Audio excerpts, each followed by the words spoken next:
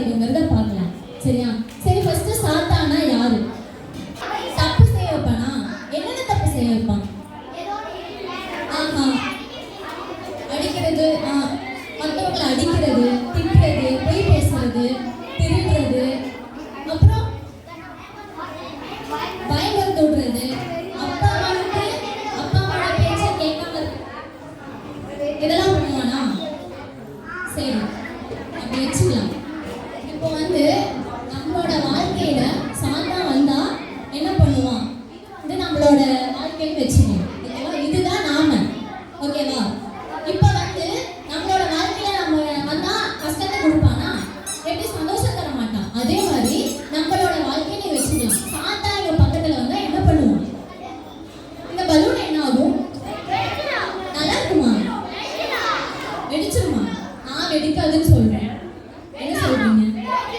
வெடிச்சா எப்படி வெடிச்சிருவேன் நானு? ஏன்னா சாத்தா என்னவனா? பேய். சரி, ஓகே. சரி, பலூன் இங்க இருக்கு.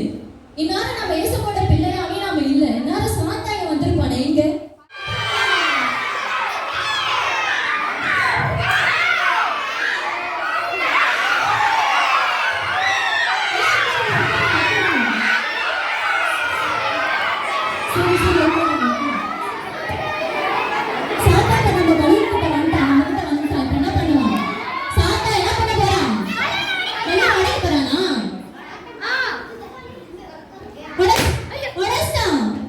சரி,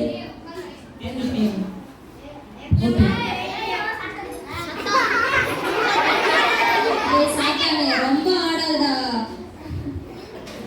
சரி சரி, இப்போ போயிட்டான்.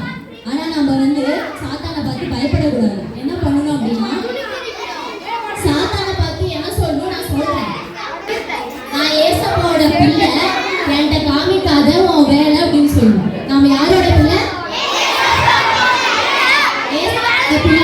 என்கிட்ட காமிக்காத உன் வேலை அப்படின்னு சொல்லணும். சரியா? இப்போ நம்ம வாழ்க்கையில யார் இருக்கா? ஏசப்பா இருந்தா சாத்தான் நம்மளை தொட முடியுமா? முடியாதா? முடியாது தானே? இப்போ நம்ம வந்துடலாமா? இப்போ நம்ம கூப்பிடலாம் சாத்தாவை. நாம கூப்பிடலாம், மிஸ்டர் சாத்தான் வந்து எங்க வாழ்க்கையை தொட்டு பாருங்க. சொல்லாமா? சொல்லுங்க.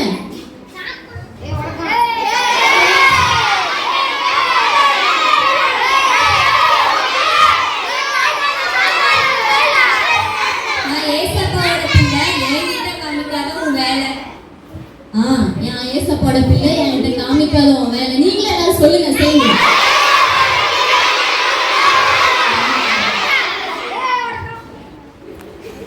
சரி, இந்த மாதிரி நாம சாத்தானுக்கு பயப்படக்கூடாது. நாம யாரோட